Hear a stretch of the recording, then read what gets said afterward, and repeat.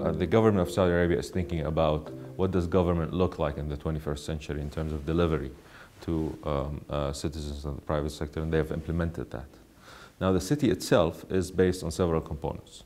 One is a port that in my mind, will change the logistics map globally. The trade routes will change, the stoppages, etc., and will have a very positive impact on transportation costs over the long term. Will be one of the largest 10 ports in the world, and the first phase is going to be opened end of next year. It will have a logistics backend to it.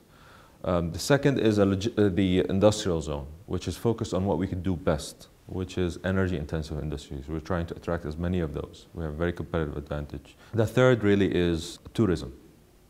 And we understand we can't compete with Paris, Dubai, and New York, but we are still the 17th most visited country in the world because of the Hajj and Umrah for Muslims. So we're trying to address how can we serve these visitors in a more elaborate way and provide them with tourism opportunities around their religious experience.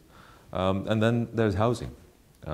The population of the kingdom is 65% under 30. We need to build 4 million housing units over the next 20 years. So we need housing. And so we're set up for that, and if we get 10% of that market, we'll build up the city end to end by 2030. We're targeting 2 million people. It's the size physically of Washington, D.C. The port will be one of the largest 10 ports in the world. So it is a pretty sizable undertaking. You often hear about these projects that they're nice in concept, but they never work on the ground. We've been able to attract more than 40 international and local industrial tenants to date, which tells us we have something proper to offer. And then we are offering expansion opportunities for the local players, local industry. So it's a very exciting time. The city is coming to life next year with the port opening, and a lot of these industries are already. We have schools, we have hotels, etc.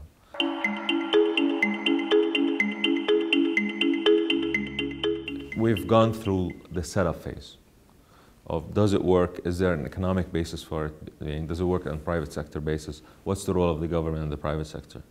That's done, and now it's about execution. But as I look forward over the next 6 to 8 years, it's more about can you implement that next great generation of systems thinking? Not applying small technological advances, but really systematically thinking about energy use, systematically thinking about water use, systematically thinking about data, and how you apply a systems thinking to these areas. I think this is very important. The second is we ourselves, because of the sustainability movement, has changed the planning world. If you look at the master plan 6 years ago, it's already outdated from what you would build today. So we are continuously revising that.